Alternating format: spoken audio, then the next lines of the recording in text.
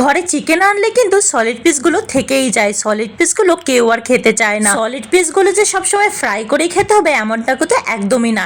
এমনভাবে একবার বানিয়ে খেয়ে দেখো, ভীষণ ভালো লাগে। রুটি বা ভাত দিয়ে দুটো দিয়েই খাওয়া যায়। মশলাগুলো মিক্স করে একটুখানি ফ্রাই করে নিয়েছি। যখন আমি তেলের উপর মশলাটা দিয়েছি আমি কিন্তু গ্যাসটা অফ করে দিয়েছিলাম, না হলে মশলাটা পুড়ে যাবে।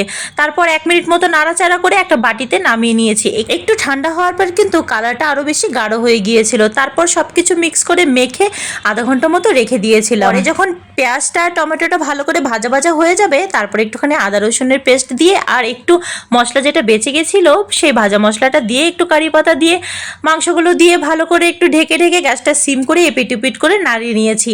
আর বাটিটা ধুয়ে অল্প একটু জল দিয়েছি শুধু মশলাটা মিক্স হওয়ার জন্য। আর হাফ চামচেরও কম আমি গরম মশলা এখানে ইউজ করেছি। রুটি দিয়ে খেতে কিন্তু এটা ভীষণ ভালো লাগে। তো চলো আজকে টাটা, ভালো লাগলে সাবস্ক্রাইব করে সাথে থেকো, আবার কালকে দেখা হবে।